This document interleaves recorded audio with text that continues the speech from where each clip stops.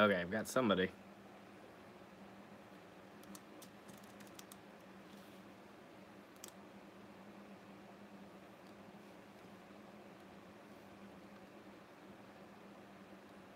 Hey, Jen. My phone actually looks better live in the command center than my crappy webcam does. I might have to start using this from now on, although the placement is really terrible.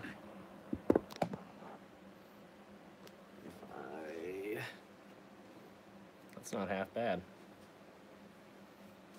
Okay. I gotta go back to my main channel here and see if... No, I'm still live from the other one. Don't know.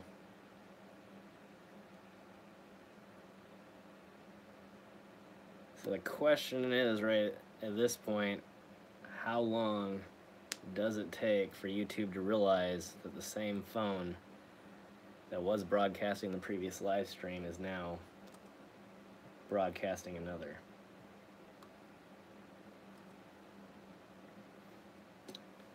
But at any rate, okay, you guys are here. I don't know why it's telling me that there's only one person watching currently, which is impossible because at least 3 people are chatting, so I apologize. I don't know who's all seeing this. And in fact, how in the world? Okay, hold on. I'm going to my own live stream right now. I don't think this will mess anything up. Okay. Hold on. I gotta stop that. Okay, otherwise I'm gonna get... Like, this one is showing me I have 1 person watching. They're saying that I have 23 thumbs up, so it's still thinking partially that this is the old stream. I don't know what's going on. But it looks like everybody's found their way in here. But yeah, everything went well. Just kind of died in the middle of the parking lot there. And it just kind of killed my phone. It didn't even tell me what was happening. It just, the screen went black all of a sudden and then lost everything. Hi, Brian. But yeah, it was a lot of fun though. I don't know why it's still messing up my numbers. It still says only 1 of you is watching. On here I can see that more than, it looks like we're up to almost 10 now. We've got 9 people in here. Yeah, it's, like I said, it still thinks I'm live from the same phone. Let me try and click on the other live stream. It just says live stream offline. But I think I can see the same chat. But in good news, I actually, like I said, I might just start live streaming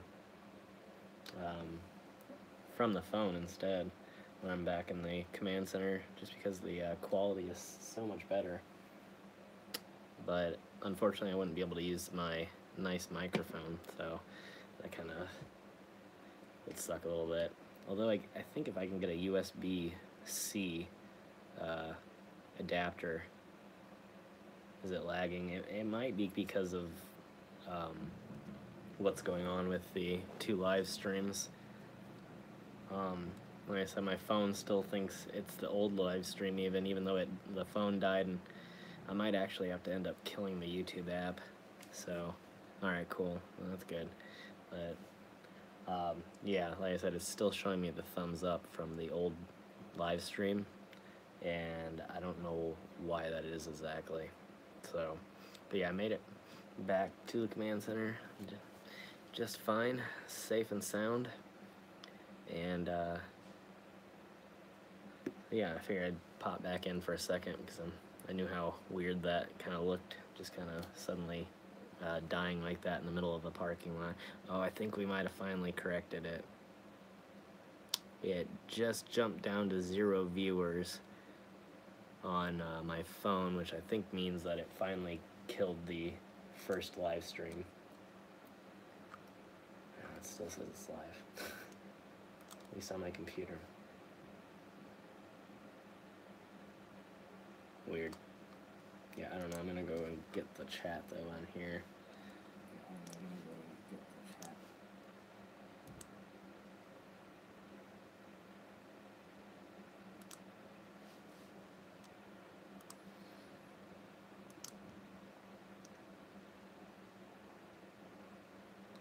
Was that you? Okay. Yeah, it looks like it's just weird because it's like in this strange hybrid mode right now, where it's showing me the ratings from the old video,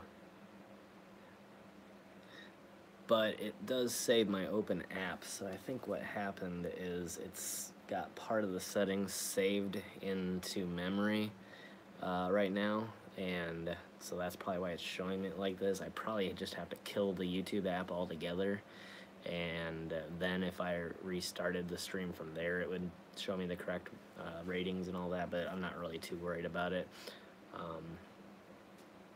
I just figured I'd pop back in to let you know everything was cool, and I got back all right, and yeah.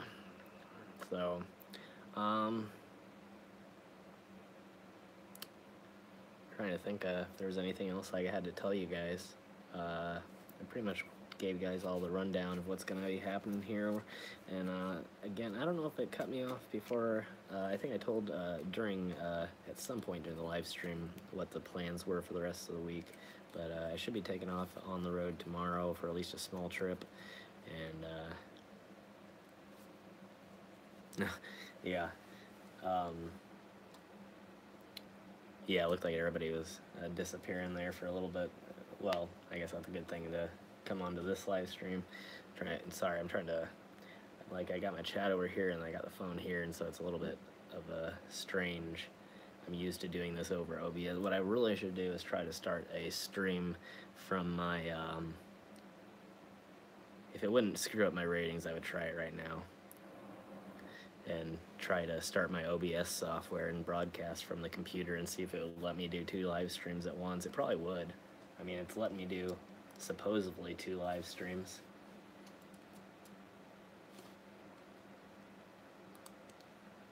Let's see if I refresh.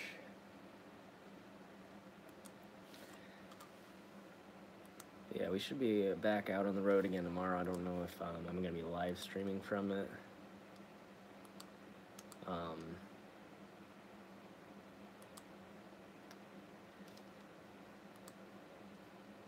Sorry, I was checking the status of one of my Facebook items. But yeah, should be back doing that tomorrow. I don't know if I'm going to be doing, hey Len, but I don't know if I'm going to be doing a live stream from the road. Again, streaming takes up a lot of data, so I don't want to use up all my data. I know a new month's coming out here pretty soon, so it should be resetting here pretty soon. Thanks, John.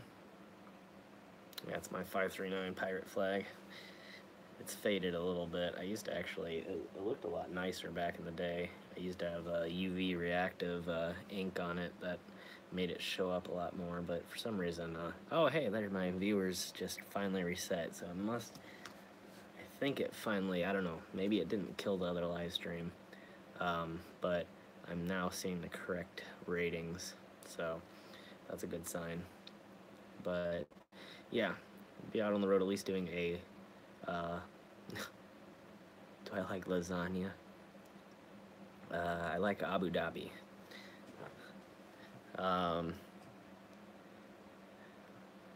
Yeah, so we'll see what happens. I might do a live stream from the road on the way home, or we'll at least do a road vlog if not. Not sure exactly even where I'm going.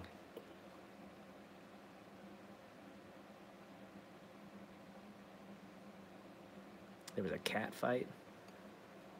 Oh shoot. Well, that's weird. Abu Dhabi, yeah. I figured I'd give a Garfield reference. That was a very deep Garfield reference. Well, not really. I guess if you know Garfield enough, you know how he always tries to send Nermal to Abu Dhabi, which wouldn't really be the same thing nowadays, because Abu Dhabi is very close to what, well, it's very close in distance as well as in how rich it is to Dubai. So Abu Dhabi is actually a really amazing place right now. But yeah, so look for at least a road vlog tomorrow. It's spelled wrong. Why is my phone? Oops, excuse me. I just knocked a spoon off. But anyway, yeah, that made me lose track of my thought.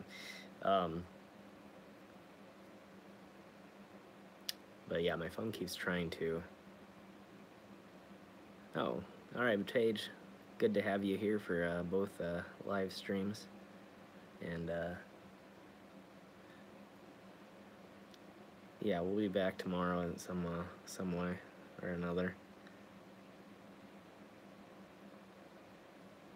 Cats get violent.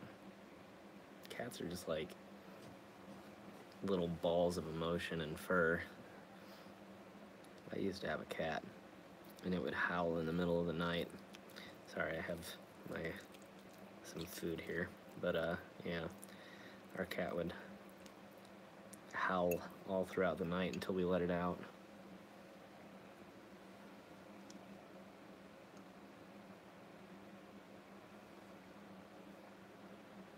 Sorry, I'm trying to go through.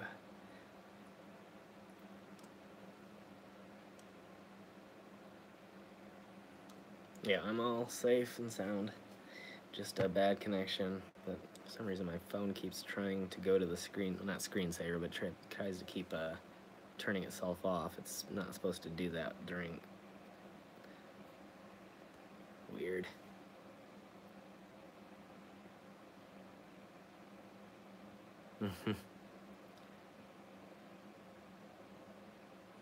The Mojave Desert. Oh yeah, that's one of the places I want to go when I get out west. There's lots of cool stuff in the desert out there. Definitely want to make it over into the Death Valley area and do a lot of the old mining towns. I'd love to go do Area 51 locations. So many amazing stuff. I know Area 51 is obviously in Nevada, but yeah. All right, I might have to... I don't know why this keeps doing this. So I have to touch my screen every 30 seconds or it's gonna turn itself off. But yeah, I don't know exactly what month the California trip's gonna occur. Actually, my friend from California just texted me that I'm gonna be staying with when I'm out there for a while. I'll probably stay with him for about a week maybe, and then make it around. He's not on YouTube, although he is gonna be a streamer. Very good gamer.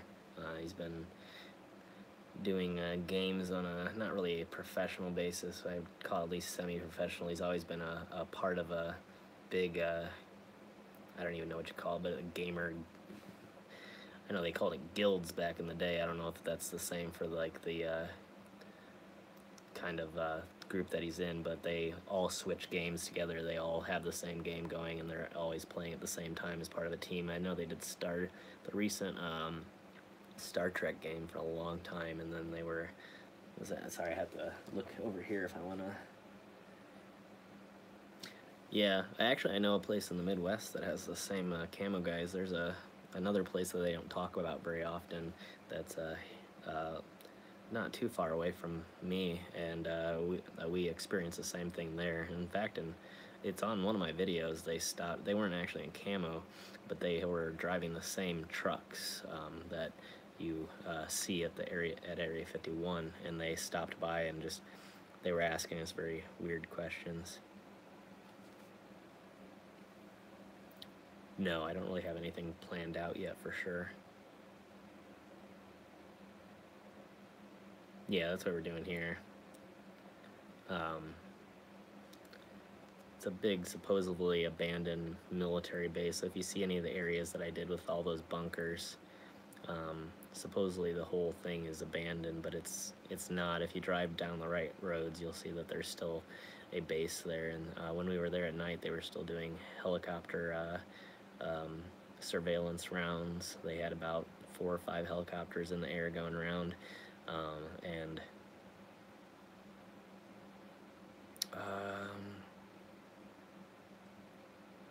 I'm not sure.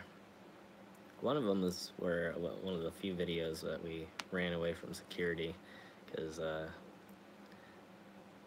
they were, well, it wasn't just security, but I don't know, it's sort of a weird place. I don't know if the video is still up. It's on 539 Productions if it is, but I know there's a couple of videos that don't have the. Well, there is one where we found a bunker on the side of the road, and it's called I think Mystery Explosion at a abandoned bunker.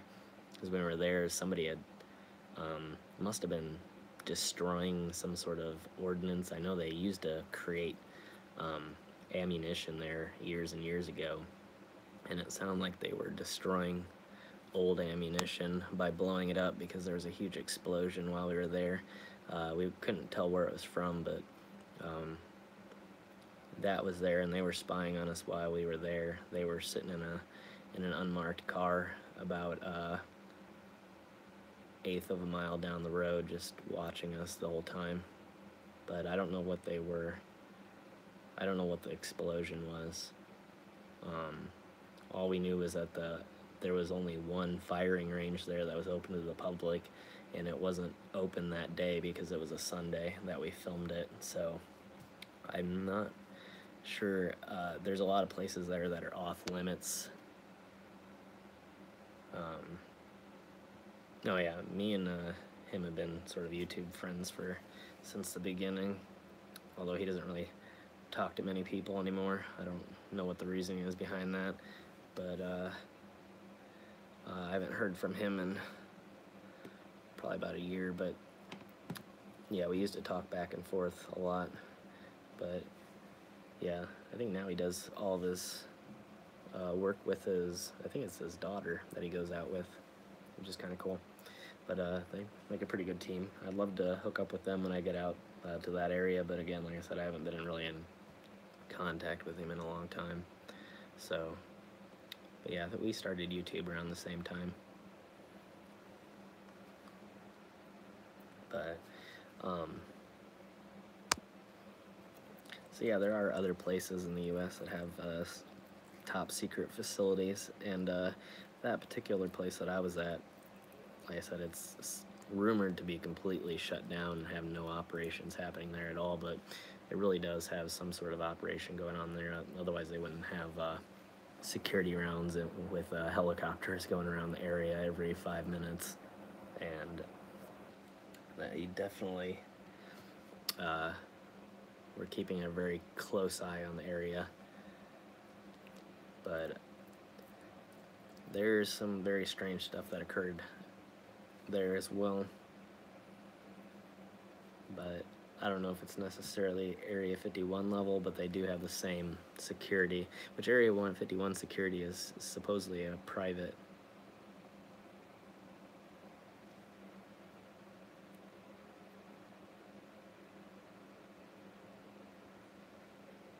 Oh, really? I wasn't aware of that. I saw that they had some live streams recently from the different towns surrounding. Well, I don't know exactly where they were in I was trying to think. Some abandoned resort was the last one I saw from them. But yeah, you gotta be real careful. Technically, most of the people that stream from there are breaking the rules. You're not really even supposed to film the signs. Yeah, that's. Oh, he's probably in Vegas then, because I think I don't know if it's Vegas. There's one of the towns that they all leave from, and yeah, you're really not. Yeah, those are all top secret government employees. You don't want to be filming them. I mean, it makes great content, but it's also an easy way to get yourself in a lot of trouble, especially with Area 51, especially with the recent revelations. I mean, them pretty much coming out, and even the CIA declassified the fact that they discovered the extraterrestrial UFOs. They pretty much admitted early this year that the UFOs were real and not from this planet. They have claimed that they don't know anything else. I don't know if that's necessarily true, but they admitted that they had been studying it for years outside of the Project Blue Book that we're all aware of. But and then they even released on CNN a couple videos of the UFOs that they were tracking with jets. and said that they were doing things that were, at least with our current technology, impossible, because it would have been breaking the laws of physics. So it kind of proved that they were using some sort of technology that was well beyond what that we're capable of. But yeah, which is funny. Kind of side story to that is that the person who was highly involved in getting that top secret information released was one of the old band members from Blink-182, and he was one of the ones that convinced them to release the material to the public. And he now runs an entire project which is attempting to reverse engineer a lot of this technology so that they can use it. It's very interesting, and that's why one of the main reasons that Blink-182 doesn't tour with their original, original three members. Which, if you've ever heard a lot of their old records, some of their old records even talk about UFOs and aliens. Sorry, I'm trying to eat. But yeah. So, you ever see the CIA releasing, or on YouTube, the video of the CIA releasing the classified UFO information and admitting that they were pretty much from beyond this world? It's on YouTube. It's declassified now. They're admitting it now. Like I said, they haven't admitted to being in contact with anything, but they have admitted that it's technology that no other country has, and that most likely came from outside of this world. Like I said, the technology, whatever is using it, is technically breaking the laws of physics. So it requires, how do I say it? It requires some sort of engine that allows basically space bending. Which is like sort of like a gravity drive. It bends space-time to allow you to technically achieve speeds and movement and acceleration that's otherwise would be completely impossible with modern-day technology. So what it does is it creates like a huge well of gravity at the front of the ship, and then bends time or it bends space and time to the point where it can sort of pull itself along at beyond the speed of light. But yeah, actually I had a chance years and years ago to talk to somebody that was in the Air Force and claimed to have been inside of Area 51. He didn't give me any details, but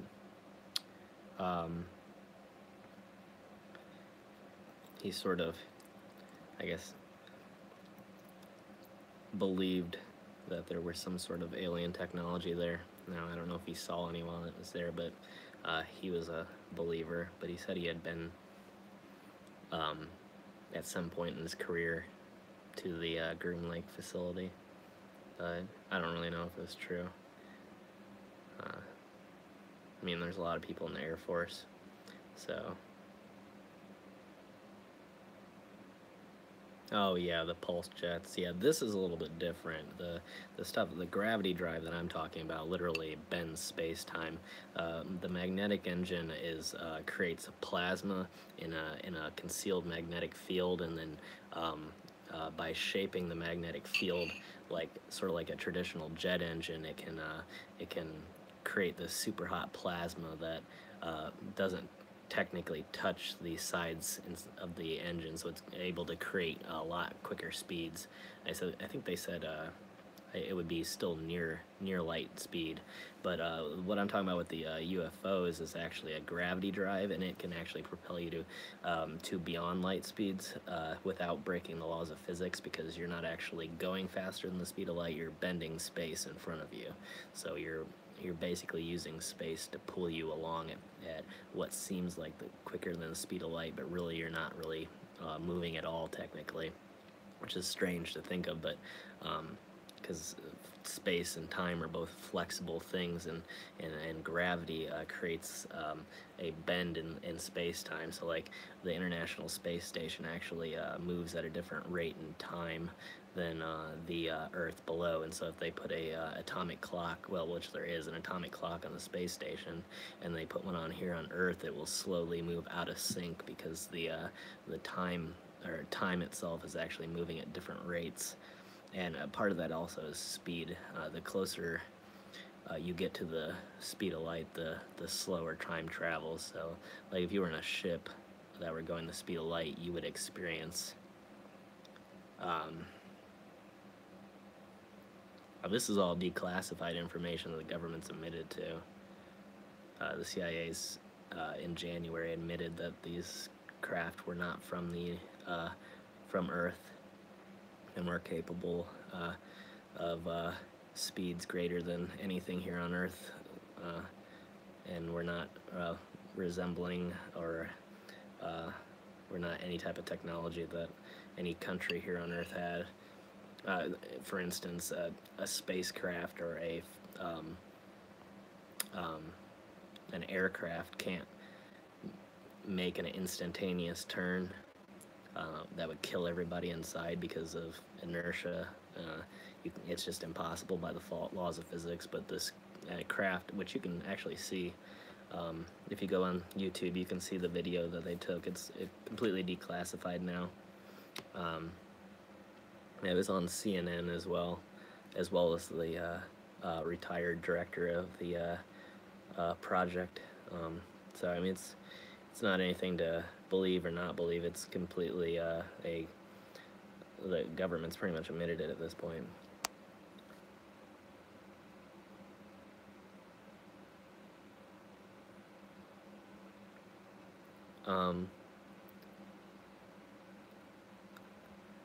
I think it was just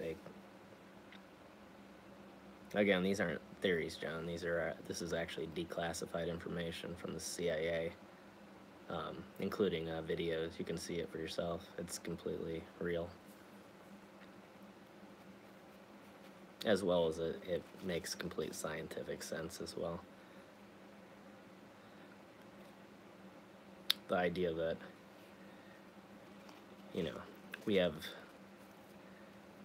a galaxy with billions of stars and billions of planets, and then let alone there's billions of galaxies. It's almost impossible that there's not some other advanced civilization out there, if not thousands and thousands. But again, this isn't me saying any type of theories or anything. This is literally information that the government was researching based on I think like a 20-year-long program, as well as actual video evidence of it happening live.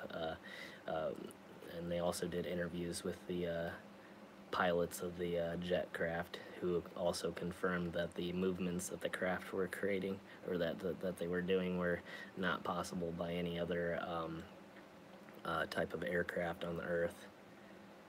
They were going, I think they said, estimated at well over Mach 20.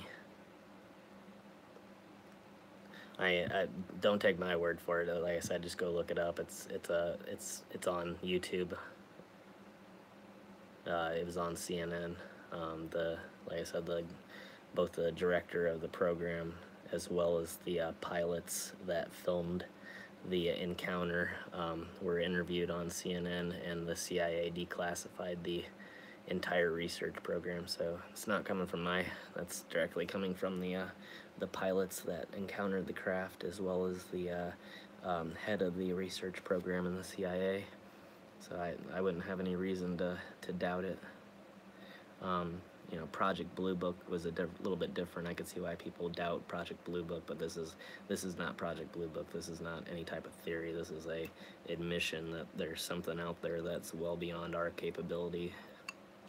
So it's not really a theory at this point. It's whatever it is has to come from beyond Earth, because nothing here on Earth has that technology. There's no advanced civilization here on Earth that can go that fast and create those type of movements, and in fact it would be impossible without a gravity drive, which we already know is a thing. That's something that scientists have figured out how it works, but we can't do it because we don't have enough energy here with our current systems to create that type of energy to literally bend space and time is well beyond any civilization here on Earth. And so the fact that these objects were here on Earth and tracked by literally by the fastest jet planes and known to exist on Earth, and those planes could not keep up with it, nor basically use the same movements because it would have killed them. We know that the technology just doesn't exist here on Earth, so it's pretty much an admission of some sort that there is some sort of advanced species out there that's keeping an eye on something. Now, again, why they're here, who knows? You know, maybe it's just scientists studying, just like, you know, we study any other species. But it's pretty much been admitted as fact.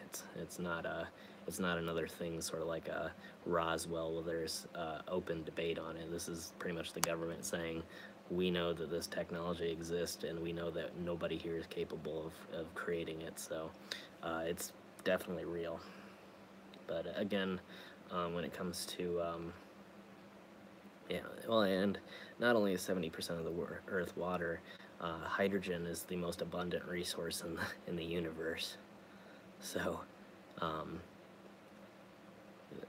water is something that happens in a lot of places, and we know now with our research into exoplanets that there's a lot of places out there that are Earth-like, at least in temperature and in proximity to their own stars, as well as in size.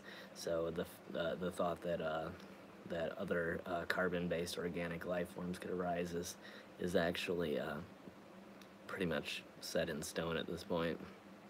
It's not really a if at this point, it's more of a when we find it.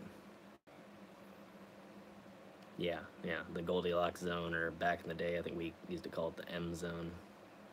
But yeah, we've now discovered thousands and thousands of exoplanets now. So I think it's just a matter of time before some level of contact occurs. But again, yeah, it is an admission of the program, and not just a sort of a rumor like Project Blue Book and all those UFO cases, where this is something completely different. If I had my OBS on here, I would show you guys. I might do that in the next stream if we don't end up doing like a live stream from the road tomorrow. I might try and get on here and show you guys some of those videos. But if you just type in I think I'll search it here, and I can show you guys what to look for. At least I'll try and put the link into the chat. But it was I know it was #1 trending on YouTube in January for like a week, so should be readily available.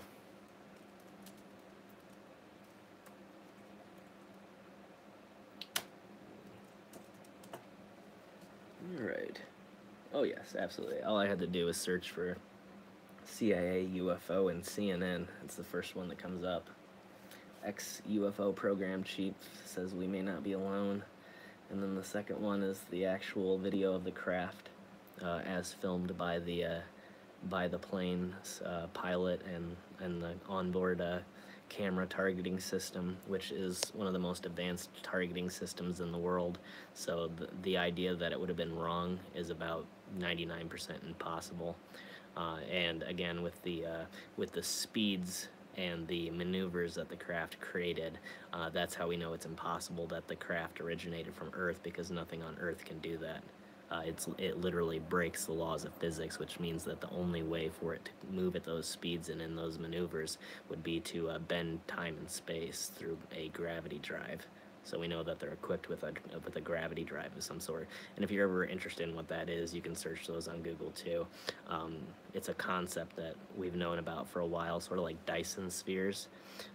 We're not capable of creating them yet, just because we don't have the materials and the energy necessary, but we know that they're possible just because of the laws of physics. So The laws of physics tell us that gravity drives would allow us to move beyond the speed of light without breaking the laws of physics, which currently, if you look at the laws of physics, it says that you can't pass the speed of light.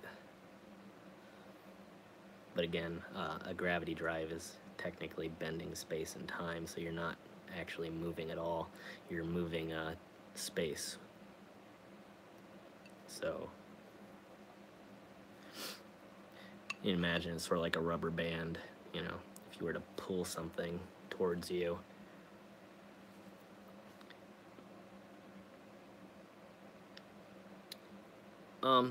It depends.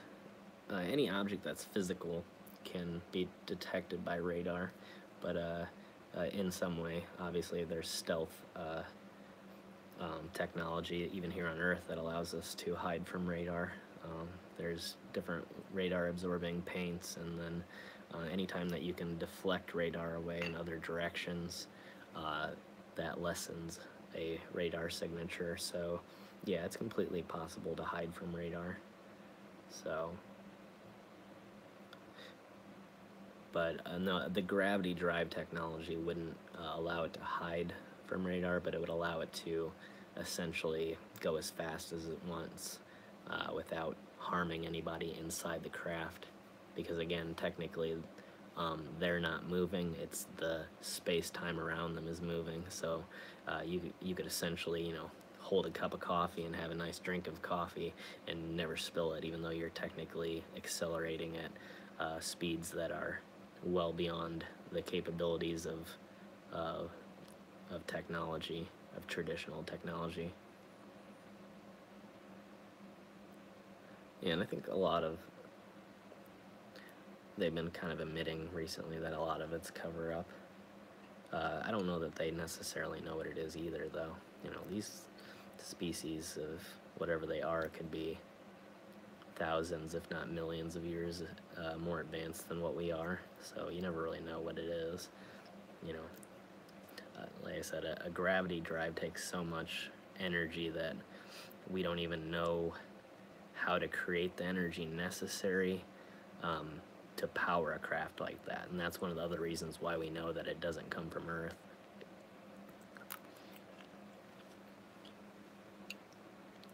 I don't know if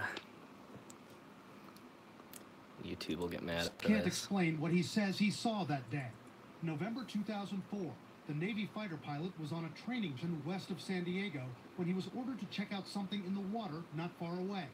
On a clear day, over a smooth ocean, he saw the object, waves breaking over it, and says he saw something hovering above it. It's randomly moving north, south, east, west, just random, you know, just stopping, going the other direction. Like you could do with a helicopter, but a little bit more abrupt. It looks like a 40-foot long Tic Tac with no wings. Fravor says he and his four-man team tracked the object for several minutes until it just disappeared. You'll notice up Tonight, here, CNN has learned the Pentagon had a secretive program to research UFOs like the one Fravor spotted. The so project was this called is the completely Advanced different than what Radiation Threat we're used Identification to. Program, run by an official named Luis Elizondo. I think this is a national security imperative. We have clear things that we do not understand how they work, operating in areas that we can't control. A defense official tells CNN the program cost at least $22 million over 5 years. Alright, anyway, I'll let you guys look that up if you really want to. But, so yeah, again, it's not really a theory at this point. It's pretty much an admission that something's here that's well beyond what humankind is capable of achieving. And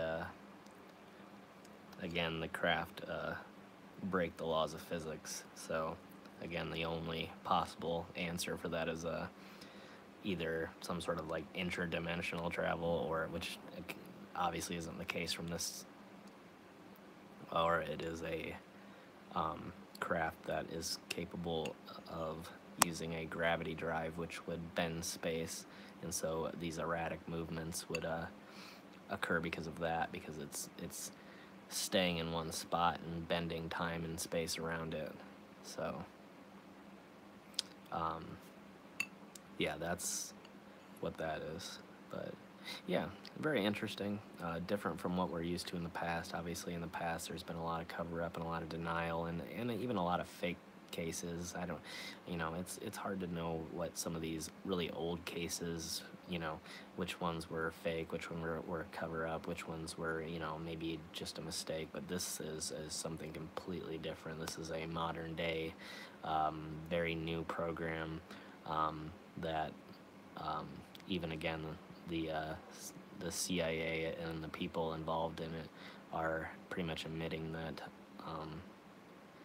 it's not possible for anybody here on Earth to create these types of technology, at least with the current energy levels. You know, it's not something that jet fuel would allow you to do, and whatever power source they're using to generate a gravity drive. I couldn't even explain it, like, because again, planets can bend gravity, but we have so much mass that's what does that. So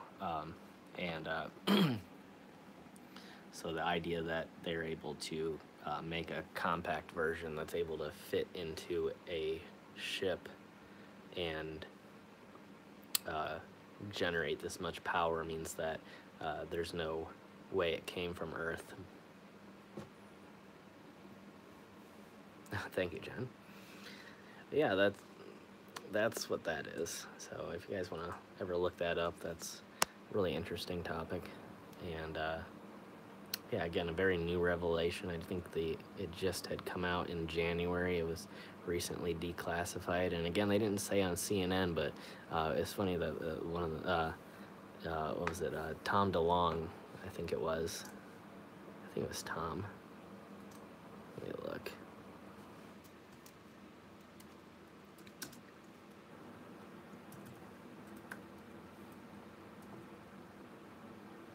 Yeah, I think so.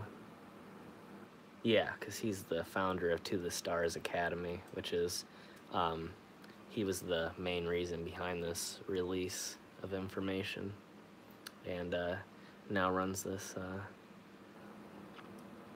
organization called To the Stars Academy, which is a research organization dedicated to creating the technology that you see in these videos here on Earth, so that we can utilize the technology to then again go out and explore where these craft came from, maybe follow them. Because if we can recreate the technology, we'd be able to essentially figure out exactly where they came from, because we'd be able to keep up with them. But current technology on Earth cannot keep up with them. So that's that. But yeah, I can understand why people are skeptical about the past UFO stuff, sort of the Area 51s and Roswell. I think there's enough evidence both ways that it either was a convenient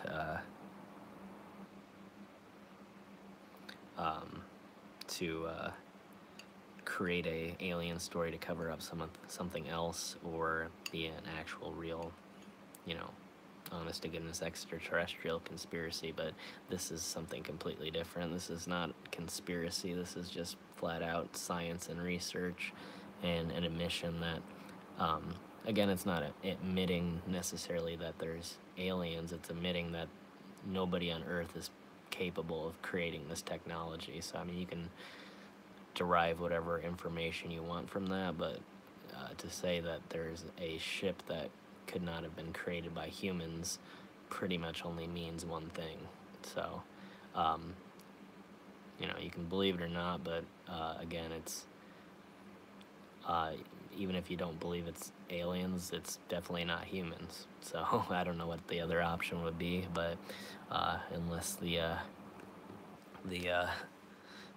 blue whales in the ocean are creating a spacecraft that we don't know, then I would say that it's probably an alien species of some sort.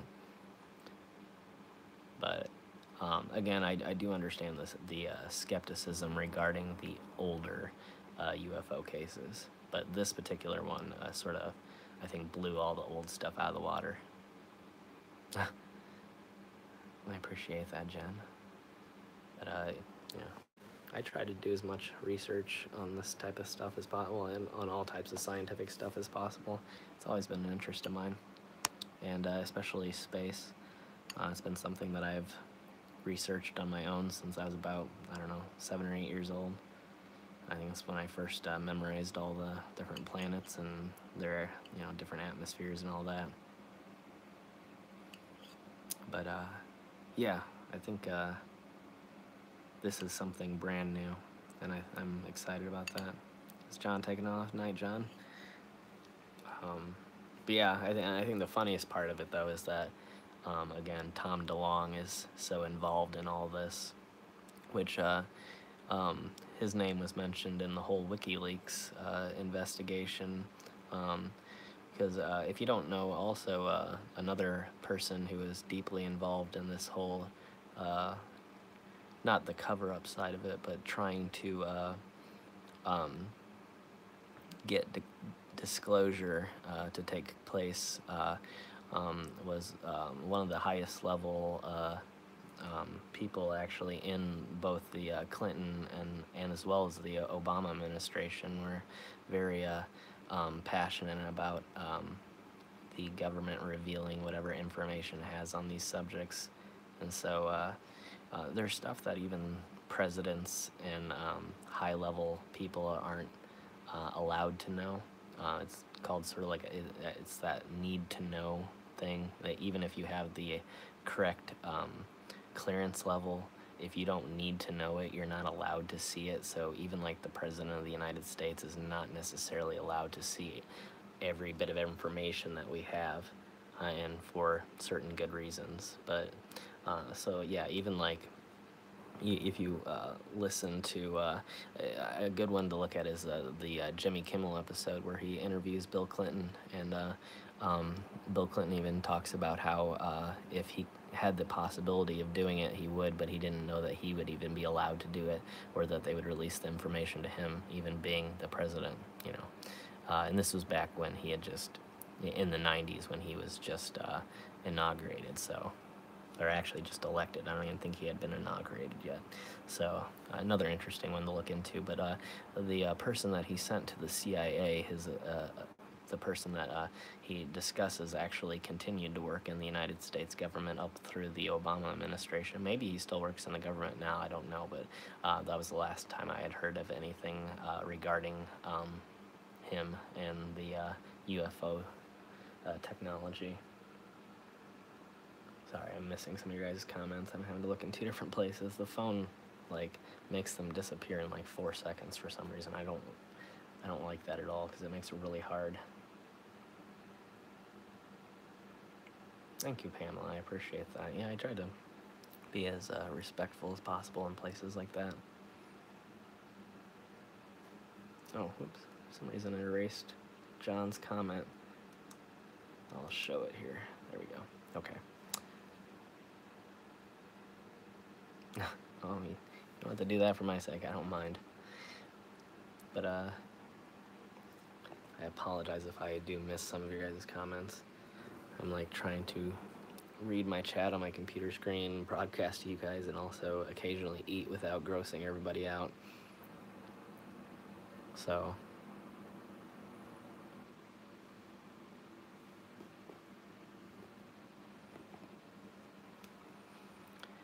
yeah, I'd like to do some cool Area 51 stuff. I think everybody focuses on the camo guys nowadays, and even though that's really exciting because it's sort of like an upfront confrontation, I'd like to more focus on trying to get, some sort of footage of craft or something like that, Again, I was always somebody that was somewhat of a skeptic in terms of not the existence of extraterrestrial species, but in a lot of the stories that people had of abductions and all of that. So yeah, that was very sad to hear about Art Bell. Yeah, a really, really great man. National security is one reason that they deny information. Certain things you have to be in the military. And even though you're technically the commander-in-chief as the president, unless you need to know that information right then, they will hide it from you. It's a completely normal thing. The president doesn't just gain access to all information. He still has to have a need to know that information. But if it is something that he needs to know, then obviously he's briefed on that type of information. However, again, and this is not like conspiracy, I mean this is just in a general military sense. I'm sure that many military people would confirm what I'm saying right now, that if you don't have a need to know, just because you have the right clearance doesn't mean you're going to gain access to the information. You can have all kinds of, secret or top secret clearance, but it doesn't mean that if you walked into Area 51, they would just say, oh yeah, you can just come in and look around. You have to have some reason to be there, and you have to have a need to be there. Otherwise, they're going to kick you out just the same way they would anybody else. And believe it or not, the President of the United States has a job to do, and it doesn't always entail, just walking into Area 51 and seeing what's there. So if for some reason there was a huge security problem, or a national security problem, and he needed to go there, then absolutely he would be allowed to, because he has the clearance to do so. But until he needs to, then he wouldn't be invited, and that would still be secret to them. And many presidents would confirm that. Even Obama reconfirmed it. He said that if there is something, then there's no way they would tell me. And so, as someone who was the president of the United States for 8 years, to sit there in front of a camera and say there's stuff that I don't know and that they won't tell me, that's pretty straightforward. And pretty much every president, including Bush, Clinton, and Obama, all confirmed that. I don't know about the current administration. I don't think they've ever been asked about it, but the past 3 presidents were all asked the same thing, and they pretty much all answered the same way, that they would not be granted access to that information. So, what am I eating? Oh, sauerkraut and sausage.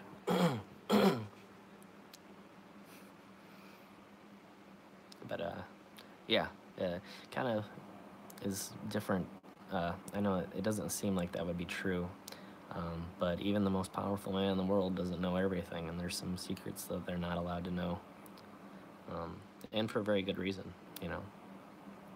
There's got to be some sort of what'd you call it, plan in place, that if even something were to happen, to the president, that they'd be able to maintain some level of national security. So they're not privy to every bit of information out there. So they're, yeah. Even though technically they're the commander-in-chief of the military, they are still a private citizen unless they've had military experience themselves. So, yeah, I'm liking the camera phone, or excuse me, the camera on my phone a lot better. Although I don't know why it's doing this, where it's trying to shut the phone off every few seconds. It might be because of my battery level. Which is, I think, at about 20%. No, it's still pretty much bald, almost buzzed, but yeah. And again, with the information and the president, if information isn't complete too, and they're still doing research, they just may not report it. Not every research project that's being done in the military, or every aircraft that's being developed, is something that the president's always briefed on. If it's in the very beginning stages, it may be something that he doesn't know about for quite a while. So, yeah. That's just that. But again, that's something that if you go back and do the research, and even go online to YouTube and type in different presidents being interviewed, they would confirm that as well, that they couldn't just walk into Area 51 and demand the information. It just doesn't work like that. The military structure does not work like that, and neither does your security clearance. It'll be back here shortly, and then blue again.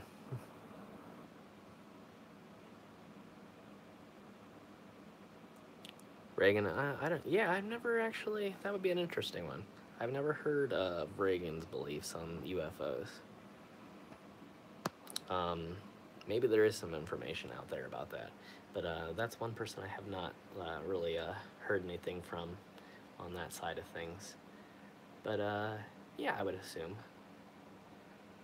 at some level, if you can achieve the presidency, you have some, you know, level of understanding what's possible out there and probably believe it. A lot of these interviews are on YouTube. If you're talking to me. About Reagan himself, I don't know if that's on YouTube. I'd have to look it up. It might be, but I'm not positive. I've never seen any Reagan information. Yeah, Clinton was a complete believer, and in fact was an enthusiast. One of the first things he did in office was send somebody to Area 51 and ask, and that's how he found out that they were just like, you know, you don't really have the right to know, or they, you know, may have even lied to him. But he was one of the first people that kind of came out and said that, you know, if they do know, then there's no way I would know. And if there's anything I find out, then I would be sure to pass that along to the public. But yeah, it's rough, because even if you're, you know, you could be the president, and even if they, yeah, a few astronauts have believed it as well, yeah, and have said that they've seen things in space that they couldn't explain. Hi there. But yeah, you know, even if they told you as president, it doesn't mean that you're allowed to tell anybody else though either. It'd be like, you know, there's tons of secrets that the presidents, you know, have been told over the years that even now, you know, once they're retired, they're still not allowed to divulge that information. So we're talking about this recent January disclosure that UFOs are 100% real. We were just watching the video together of the this UFO that was equipped with a gravity drive and capable of breaking the laws of physics. Yeah, even pilots, yeah. I mean, if you're a pilot and you see something classified like that, you know, flying around, I would imagine you go to an immediate debriefing after you're done and told that, you know, you don't tell anybody until we tell you it's okay, you know. Sort of like, you know, that whole idea of for your eyes only. Excuse me. Vince Foster. I'm not really very familiar with that. I'll have to look that up. Yeah, that is. You're right. The Foo Fighters, yeah.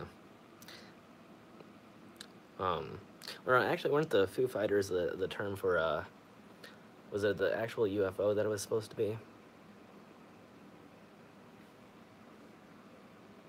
Yeah, well, apparently they didn't create too much panic, because the CIA actually came out on CNN and pretty much admitted it. They said that they weren't technically admitting that they were aliens, but they were admitting that it wasn't capable to be created by humans. So if that's not an admission that there's something out there, I don't know what it is. But yeah, I think there could be some risk of mass panic if, I think especially if there was a sudden contact, I would say. But oh yeah, but to get back to what I was saying to Aaron, I couldn't remember if the Foo Fighters were the unit that was doing the aerial unit that was doing research on them and trying to track them, because I know there was some dogfights in World War II with supposed UFOs, but was it the actual UFO? Okay, yeah, I wasn't sure on that one, but yeah, so that's how the Foo Fighters got their name. So very interesting, the level of the level of interest that rock bands seem to have in all things conspiracy and UFO. Oh, okay, so that's okay. Yeah, that makes sense. Then it was given a nickname by the pilots. That makes more sense.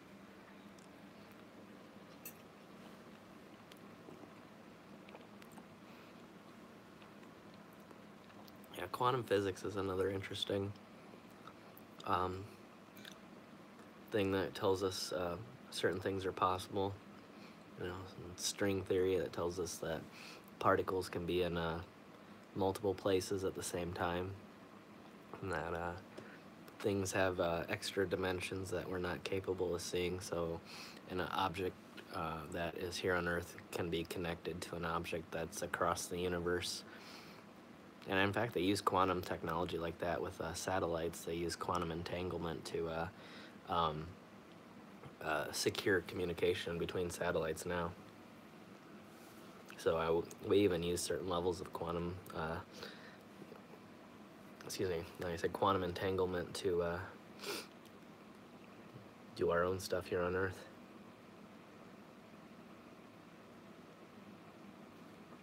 Did Mark Twain have a UFO experience?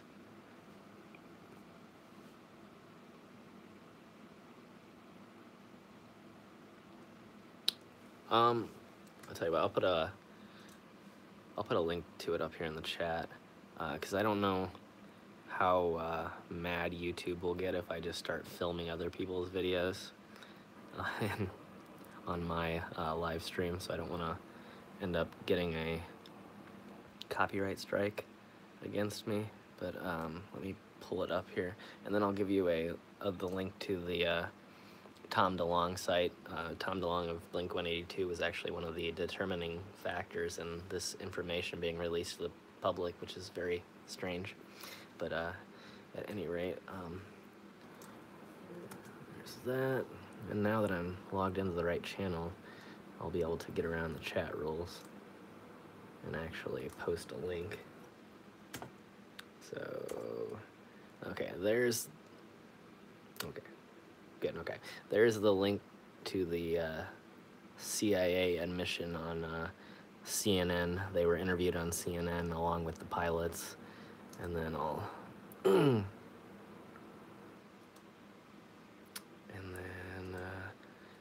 give the link here to the Stars Academy, which is Tom DeLonge's research project that he's doing currently to, I guess the goal, hey there, welcome, but I guess the goal of it is to sort of reverse engineer the technology from afar, which I don't really know how they do something like that, but I mean, again, we know the science behind it because, like I said, it's just something like a gravity drive is been something that scientists have speculated is possible for many years. It's just based upon the laws of physics that if you could bend and pull space along, you wouldn't need to go faster than the speed of light to technically reach somewhere at faster than light speeds, because technically you're not moving, you're moving space around you. So pretty much anywhere in the galaxy or anywhere in the known universe can be bent closer to you and pulled closer to you.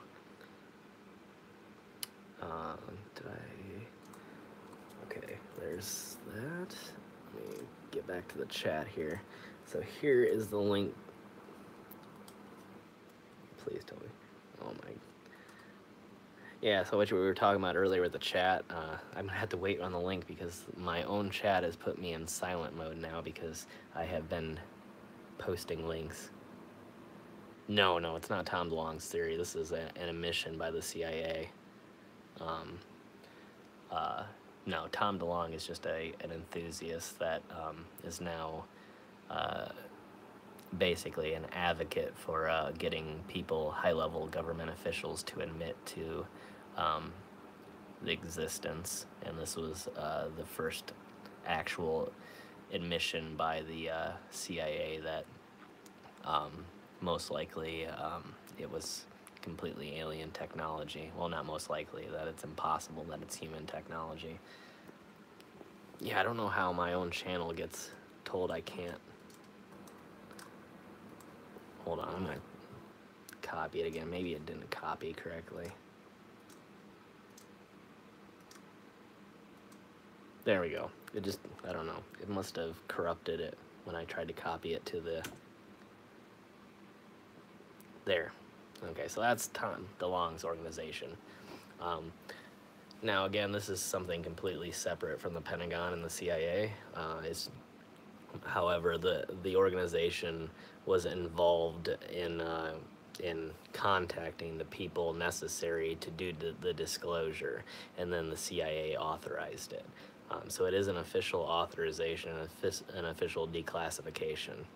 So it is a real admission by the government that there is technology here on Earth that did not originate from Earth.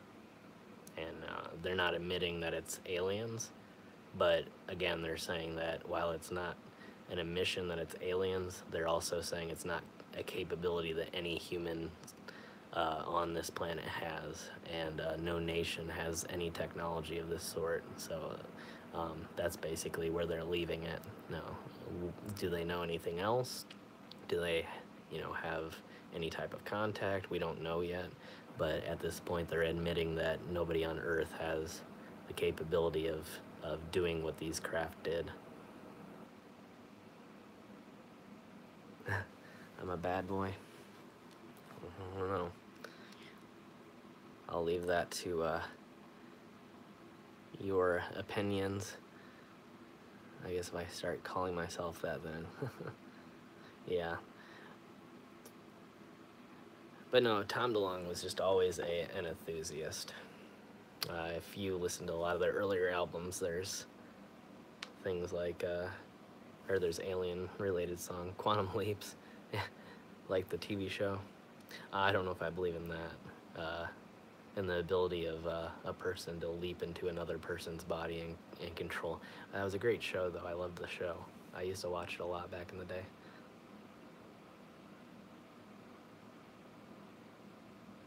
Yeah, the ancient alien thing. Yeah, that's an interesting one. I don't know what I believe in on ancient aliens, but, like, I think it's possible. But yeah, I have seen, like, the different hieroglyphics that looked somewhat unexplainable. Yeah, and time travel is definitely possible by the laws of physics. We don't know if it's possible for humans to travel in time without doing some sort of serious harm, but for particles to travel in time is completely possible, and for particles to teleport from one place to the other is completely possible.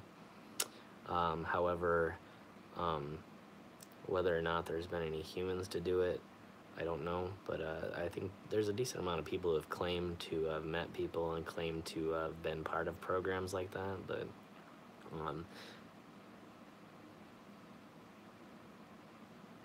oh yeah, I have heard about that.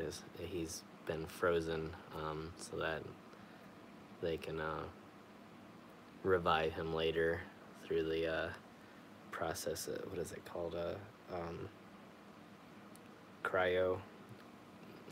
Cryostasis, or cryogenically freezing.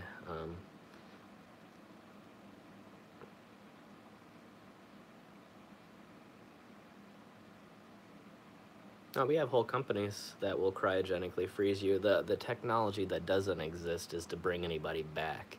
We don't know how to successfully bring anybody out of cryos, at least not humans. But we have a whole, you can pay to have yourself or your brain cryogenically frozen permanently. It's very expensive. Now there's whole companies that'll do it. You can look it up. But they'll again, they'll either do your whole body or they'll pull your brain. But again, the technology isn't hard. Really, cryogenic is just a very low level of freezing. It's just liquid nitrogen would be a method of cryogenically freezing something. Anytime you get near absolute zero is cryogenically freezing. The problem is that it crystallizes the human cells, and and so trying to revive somebody would be almost impossible. But the process of actually cryo freezing is completely possible, and we do it even with animals in research. We've done it quite a lot, and in fact, certain animals can survive it, like fish, for example, can be frozen solid, and then they can be revived. Yeah, that's the thing, and that's why they, why these companies are allowed to exist. You know, so you can pay to have your body frozen, but you know, there's a certain admission that we don't have the technology to wake you up yet. So, yeah, certain animals, whatever, for whatever reason, their cells are capable of that type of process, and so that's the reason that they work and humans don't. But the idea that it's a business, I'll look up and see if we can all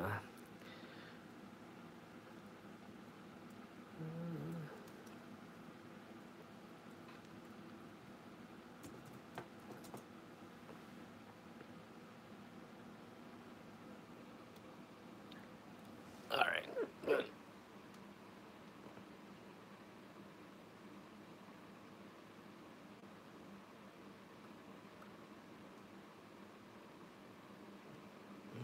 All this, my search results are so oversaturated, saturated with things that I can't find anything. But if the companies don't exist now, I know they did in the past. Again, it's one of those things. Night, Jan, thanks for joining us. But yeah, there were companies that would, to my knowledge, would do it, but they, you know, of course, had to admit that they do not have the technology to bring you back.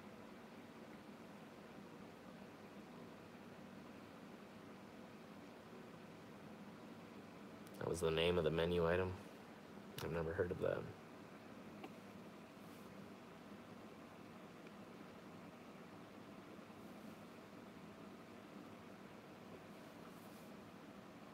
But yeah, the idea is that by freezing your body with a serious illness that we aren't currently capable of curing, they could bring back the body at a later date and cure that disease. Good night, Pamela. Thanks for joining us. Hopefully you'll be able to catch the next one.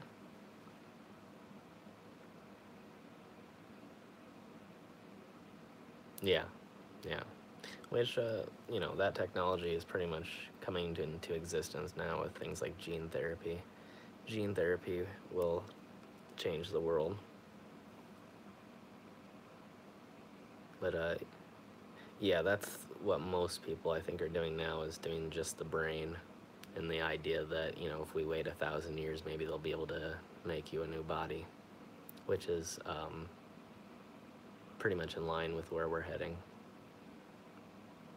So, yeah, again, we'll eventually get there.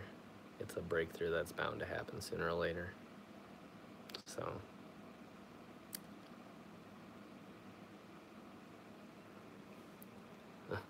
Well, believe me, I'm an incredibly shy person too.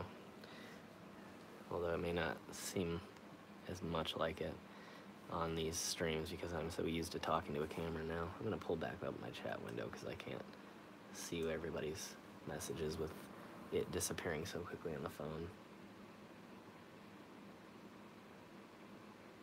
Oh yeah, I do remember surrogates. I haven't seen that in a long time. I don't really remember everything about it. Yeah, I was gonna say, I didn't really think you were that shy. But maybe there's just some misconceptions going around the chat. Was he? I see. Yeah. Again, like I said, I was almost positive that the businesses existed for them to freeze you, which I don't see why they wouldn't. Because again, I mean, the idea that someday we'll create the technology to bring them back is almost inevitable. It's not that far out. It's just a matter of figuring out, you know, how to bring the cells to a state where they're not destroyed upon unfreezing.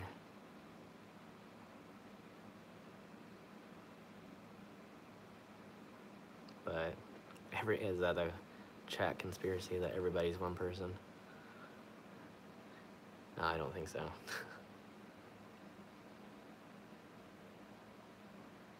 Welcome, Stargazer girl.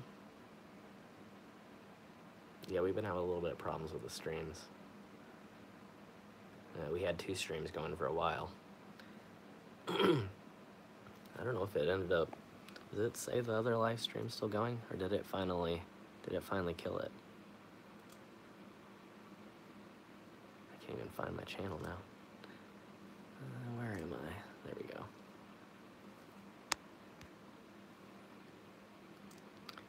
Man, I missed out on all the stargazing conversation.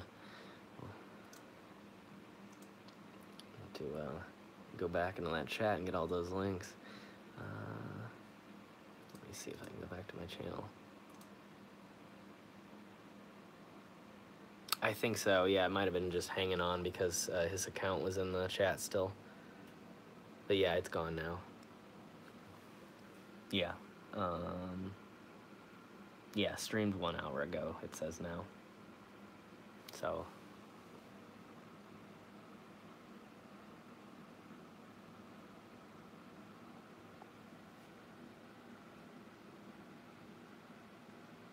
Adoptive parents from Russia. I know you can't, yeah, there's current legal, with our legal status with Russia right now, Russia has cut off all foreign adoption to the United States. If that's what you're talking about, I'm not sure exactly. But yeah, currently if you're trying to adopt a child from Russia, then the Russian government has ceased that program until our issues between our 2 countries are resolved. Oh, yeah, man.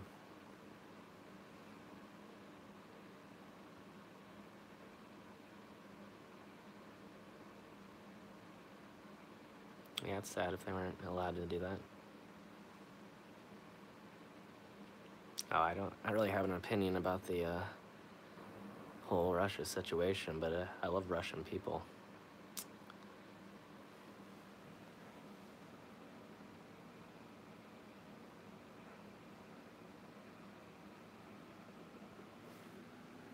I've always been a fan of the Crazy Russian Hacker. Great guy, great YouTuber.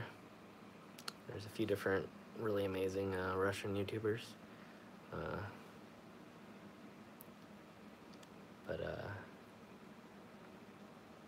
yeah, I know we're having some interesting issues between the 2 countries and between the world in general, but it's I don't make any judgment on Russians in general.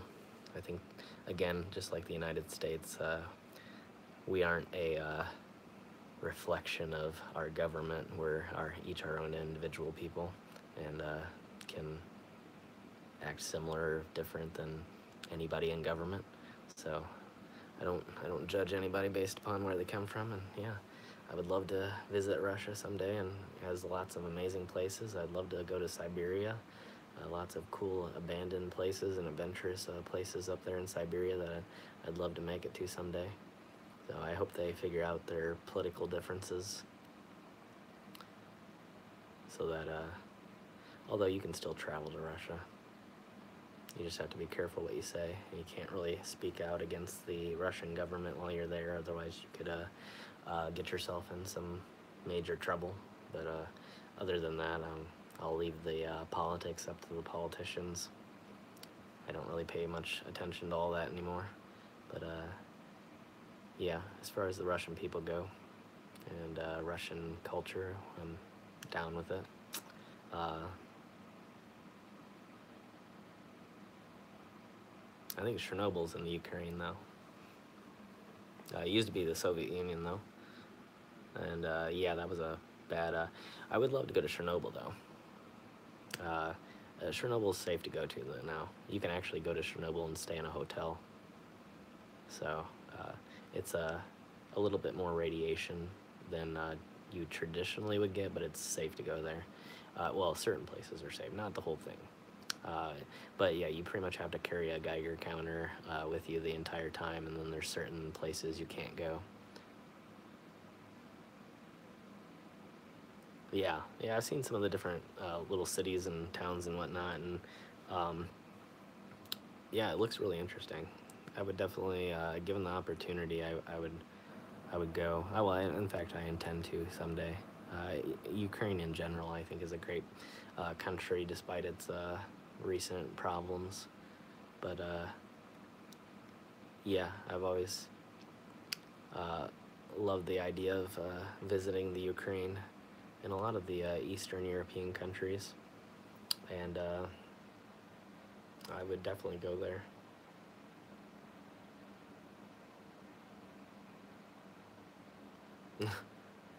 That sounds extremely scary. Maybe scarier than the radiation. And the question is, were the wolves radioactive? And is it worse to get bitten by a radioactive wolf than a regular one? Yeah. Yeah, there's not very many places like that around the world. I mean, there's definitely some ghost towns in the U.S., but nothing nuclear related. Although we have some chemical disaster ghost towns.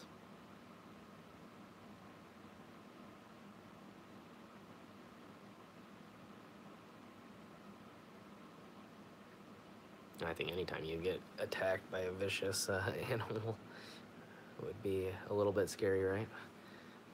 Sorry, I'm gonna have to pull chat back up, everybody. A bunch of messages just came in and disappeared. Yeah, I guess that, yeah, you would be right about that. Nevada has a few that they were probably ghost towns before, I would assume, and were taken over to create the test areas by the Air Force. But yeah, and there's actually a few places that are ghost towns there that are involved with the nuclear testing, or were involved with the nuclear testing, but they're not ghost towns because of the radiation, but rather because they don't do a lot of operations there anymore. I would love to pull a few favors and get into one of them. There's one it's not really top secret. It's just a town that's not used anymore by the government, and it has like movie theaters and stores, and I think it only has like a population of like 10 or 15 people, but it's like a huge town. It's not really a secret at all, though. It's just that no one's allowed to enter without security clearance. I wonder if I used to have security clearance of a certain degree. I don't know how big it was, or I don't even remember what level I was, but I had to get security clearance once for my IT work that I did, because I did a job at a local space agency that created satellite technology, and so just to get in the door to work on their computers, I had to actually get cleared by the government and have a certain level of security clearance. But again, I wouldn't have been able to see anything secret, but just to get in, I had to apply for security clearance. But I don't know, again, if that expires after a while, or I'm assuming after a certain period of time, a civilian with security clearance will no longer have that security clearance. So I'm assuming that my security clearance is long past done.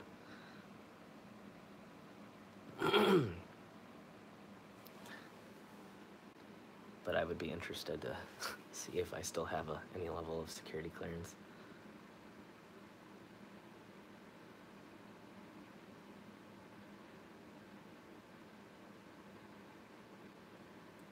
Oh yeah, rabies. Yeah, rabies would be terrible.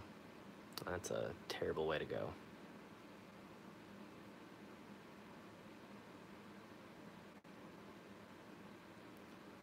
The real question is, can you get radioactive rabies?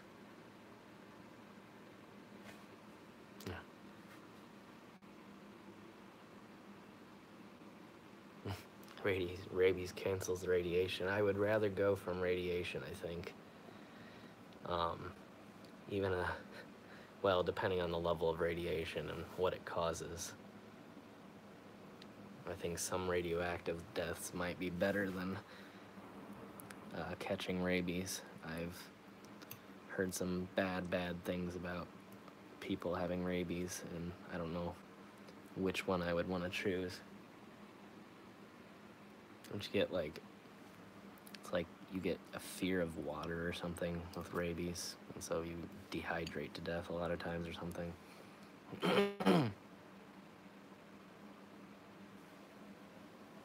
For 539, I'll be hitting the road again tomorrow. I haven't really decided where I'm going.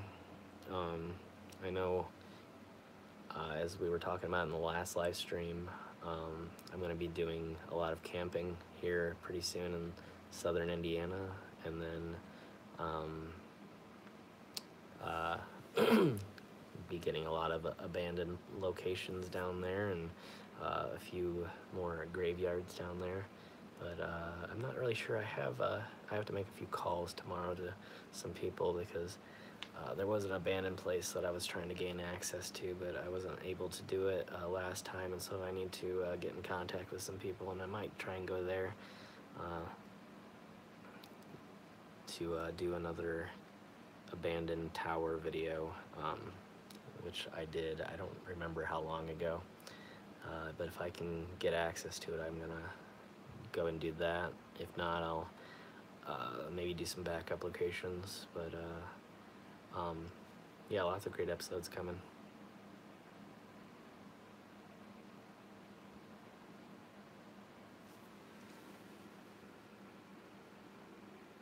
Oh yeah, that'd be really bad to get bitten by anything with rabies. Yeah, there's lots of carriers. You have to be careful in the cities, especially with like raccoons and whatnot. They can carry rabies. I think bats can carry rabies, and I don't even know. I'm sure most types of mammals, I would assume, would be able to carry it in a similar way. Yeah, that would be a terrible thing to suffer with.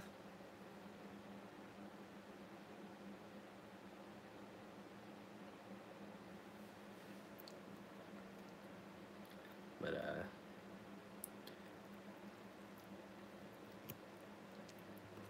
yeah.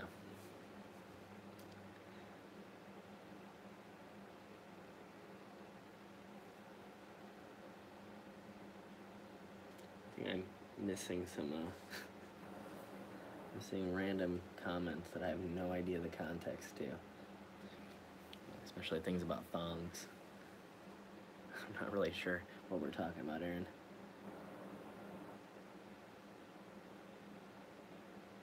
Dixie Valley.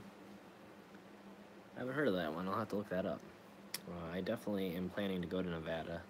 I know I have a YouTube buddy out there that I'm wanting to hook up with. Oh, that is a fun image. But yeah.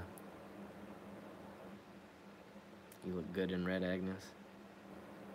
I don't think I've ever actually seen a photo of you, Agnes.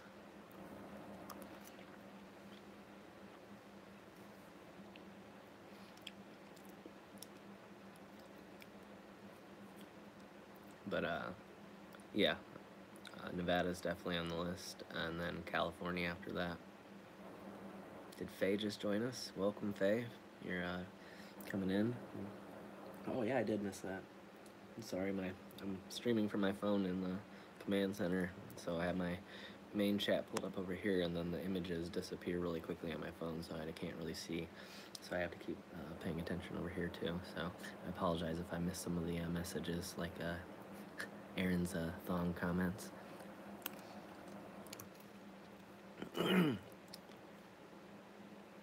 But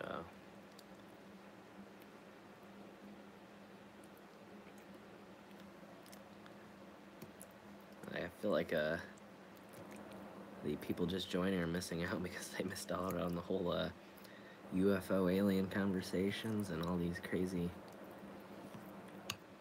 I need to maybe I'll post some of those links later into either the comment section of these videos or maybe in the description of one of our future live streams so everybody can check out the CIA disclosure. Yeah, I'm pretty much the same way with that. I stay up until I crash.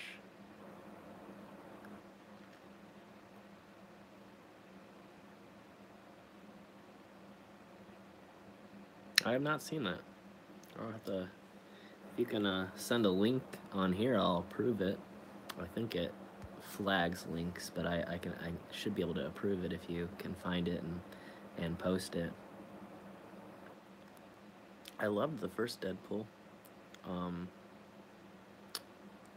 So if it's anything similar, then I think it'll be a pretty good one. I like the style of superhero being more comedic, and yeah, just if you can let me know right before you post it so I can look in case it flags it, and I'll approve it for you. I know it for some reason it's flagging links along with what it considers to be potentially adult content or like bad words or whatever. It'll flag it, so I think that all falls into the same category for some reason. It's just like low, medium, and high. So yeah, just let me know and I'll approve it for you. Like, yeah, it flagged one of John's comments earlier just because he used an emoji, which I wasn't. Maybe it's because he used multiple emojis, I don't know, but I had to approve it for some reason.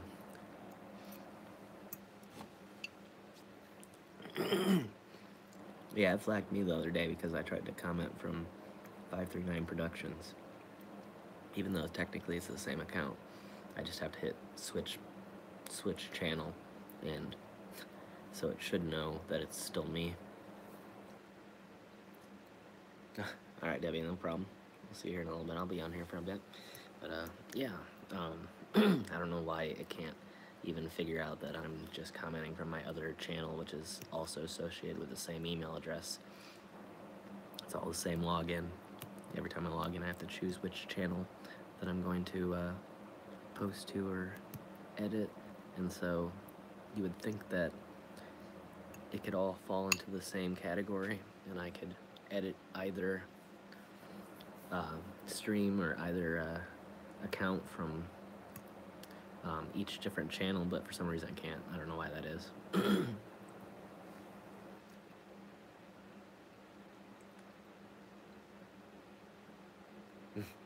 Yeah, it doesn't even know really. I think it's just keywords. So, oh, cool. All right, I'll look and see if it flags it. If it flags it, I'll approve you.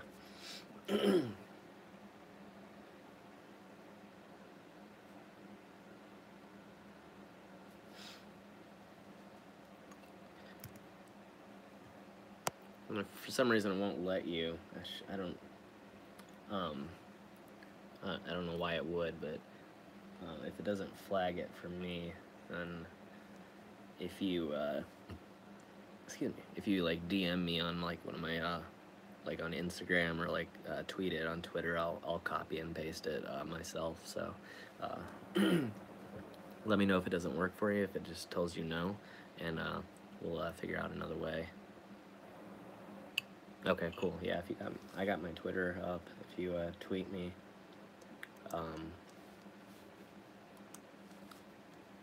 remember it's at Matt Isaac and not 539 Productions, and I'll post it.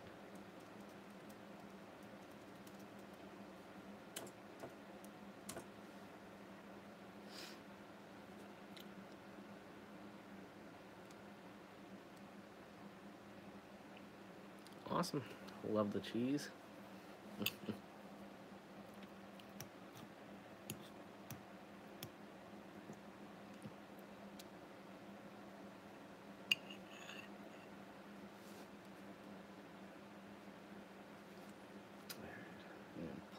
chat back up here too if I can. There we go.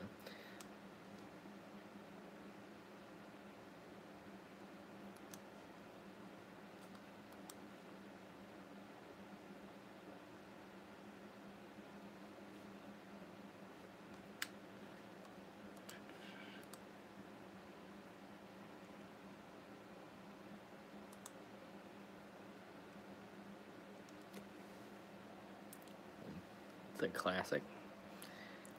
Chicken noodle soup. Always makes me think of the Campbell's good.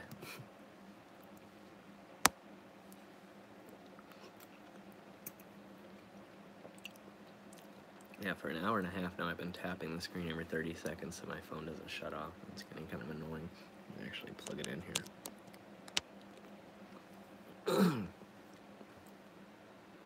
I'll try not to make any sudden noises to disturb your dog. Let's see here.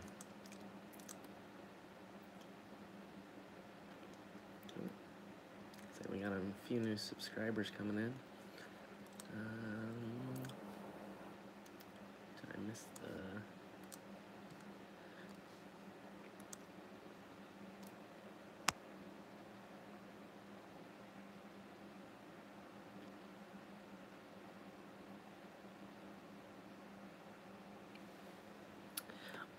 to be honest, I haven't really been paying too much attention to what movies are coming out over here over the next few months or year.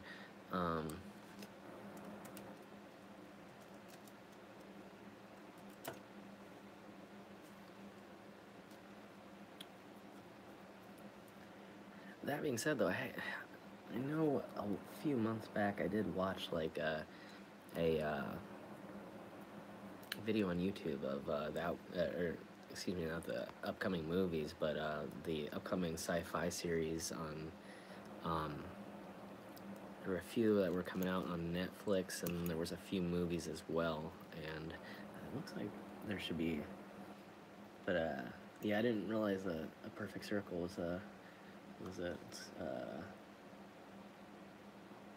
coming out. Why am I having a problem seeing the actual title? Oh, Eat the Elephant. That's an awesome title.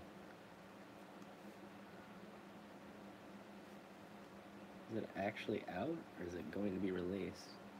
Arrives April 20th by a BMG record label.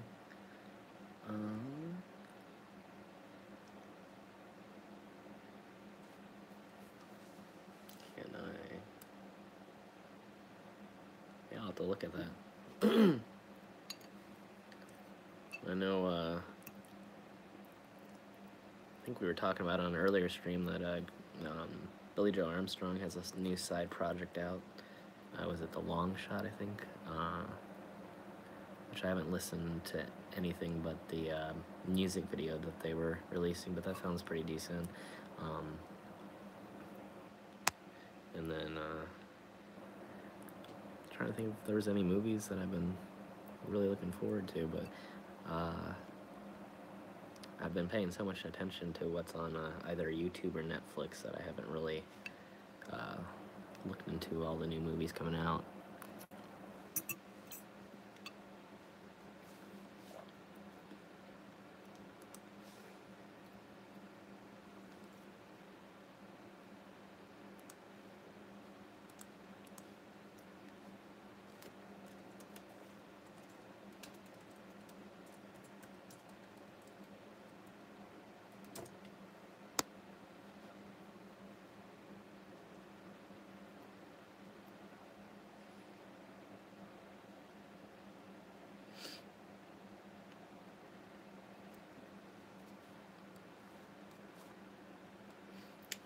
You know, one I have been wanting to see it now that I'm looking at a list of everything and remembering some of them, but I have been wanting to see I can't remember if it's, I think it's out in theaters.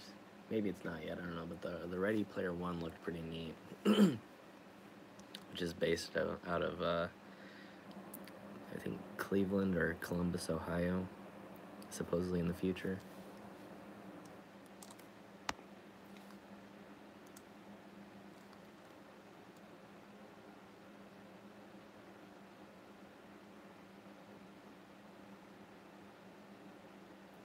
you get the dog, you gotta name it Chuck. So every time you want him to stand up, you have to say, "Up, Chuck."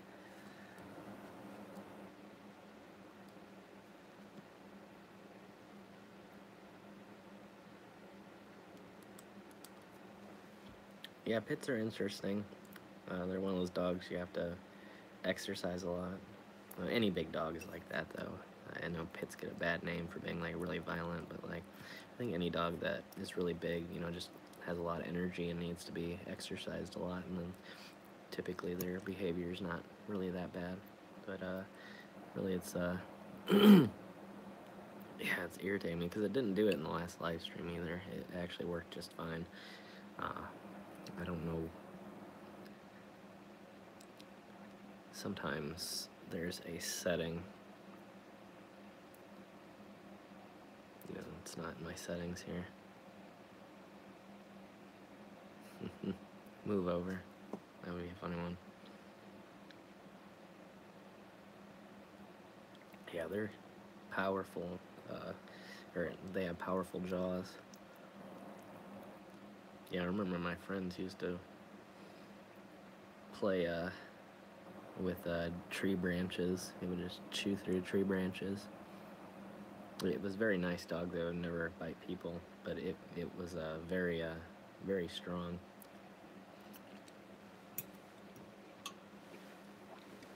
And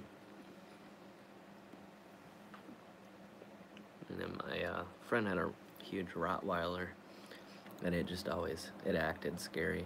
It would run up to you like it was gonna kill you, but then as soon as you said its name, it would just stop, and it just wanted to be pet. But it was good for scaring off potentially dangerous people, but in reality it was kind of a big puppy.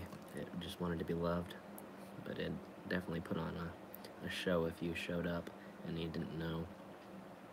But it was funny though, because it would actually, when my friend got another puppy that wasn't trained correctly, the puppy well, it wasn't a small puppy, it was like a pit puppy that was several months old, so it was starting to get big, and it tried to attack me, and the Rottweiler put a very fast stop to that and sort of checked him and knocked him over to let him know that I was allowed to be there and he wasn't going to accept me getting attacked.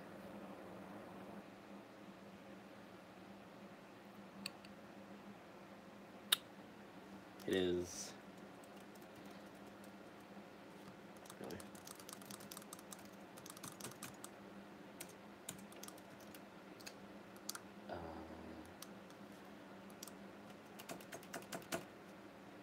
it's at Matt Isaac. I would type it in, but Twitter is, or excuse me, the chat has now put me on silent again. Yeah, I was wondering why it didn't pop up. I had my notifications pulled up. I was waiting for it, but yeah, it's not under the channel name. I can't type.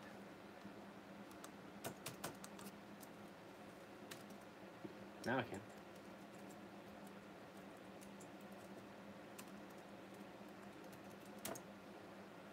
That's my Twitter.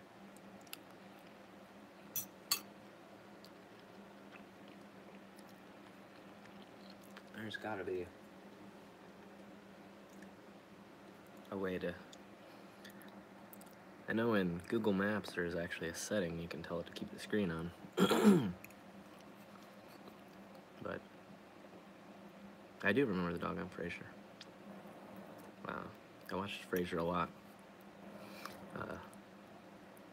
On Nick at Night when I was growing up. I think, no, it wasn't on Nick at Night. I think Frasier was still in reruns on a regular channel. I can't remember, but anyway, I watched a lot of it. I watched a lot of the older shows. I've watched Mary Tyler Moore, Dick Van Dyke Show, Andy Griffith, Cheers, I mean, pretty much everything. I loved a lot of the older shows.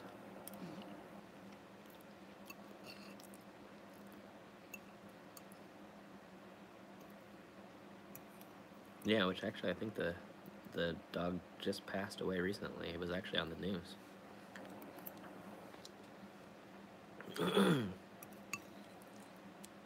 But yeah, I love those.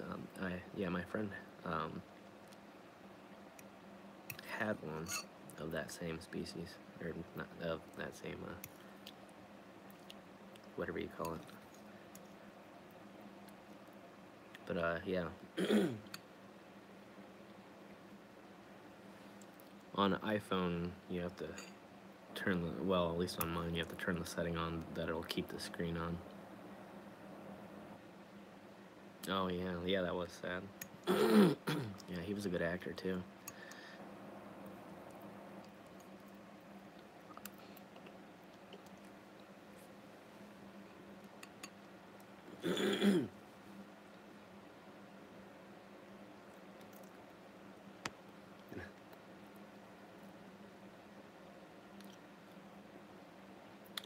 Yeah, completely fell out. With the help of a razor. Well, not a razor, but clippers. Just had to get rid of the red. Going back to blue. Yeah, it's sad.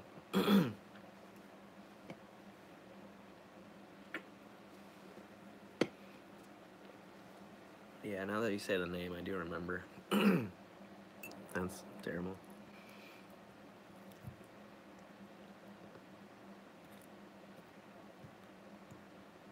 But yeah, Frasier was technically a knockoff of, or not a knockoff, but a Cheers side project. Or not a side project, but can't think of the term I'm looking for, but yeah, all those characters were on Cheers before they were on Frasier. That's it, spinoff. Yep. But yeah. Great show. Great shows. And actually, my friend's dad dated Shelley Long. She's from Indiana.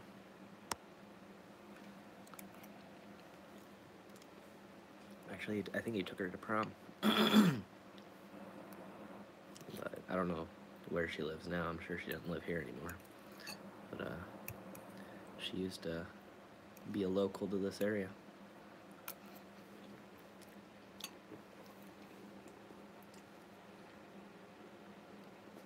Yeah, that's terrible, Jim. Yeah, it's a rough way to lose somebody. I definitely had that happen as well. And yeah, always a bad situation. Yeah, let's go to something happy.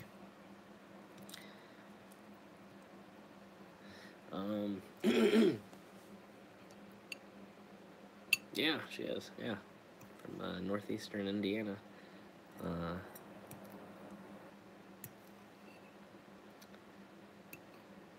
I'm sure she probably lives in California now, like every other movie star. But yeah, my friend's dad took her to a senior prom. It's a strange celebrity reference from my early life.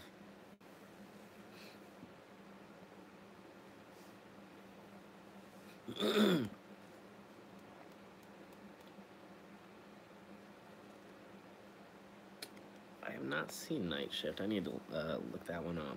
I love Henry Winkler, though. Gotta love the Fonz.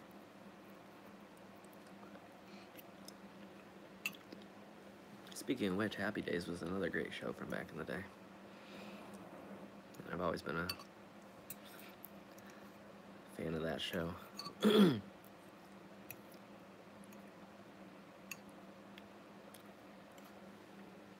of course, Ron Howard was also great in the Andy Griffith Show.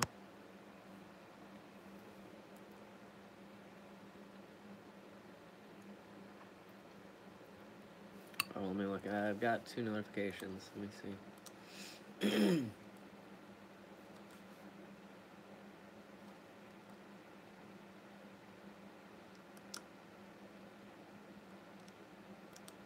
Yeah, I got it. Let me, oh, let's try play it right through my notification. There we go. Okay.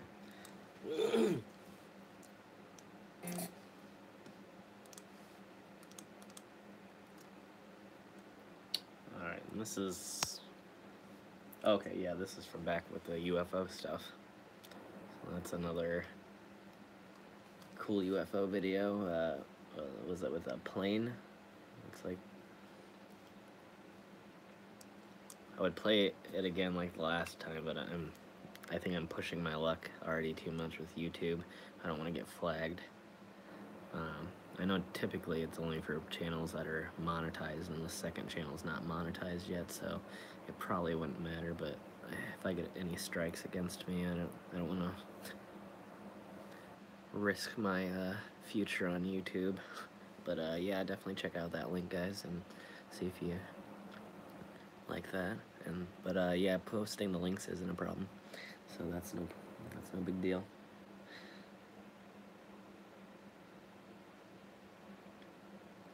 I've never met Mike Tyson. I have, at one point I met Holyfield. I don't remember why we knew him for some reason. But my, funny story that one of my, a friend of the family spent time in prison with Mike Tyson, and he was his workout buddy. I don't remember his name, though. But he went to prison in Indiana for a while. Sorry. That was really gross.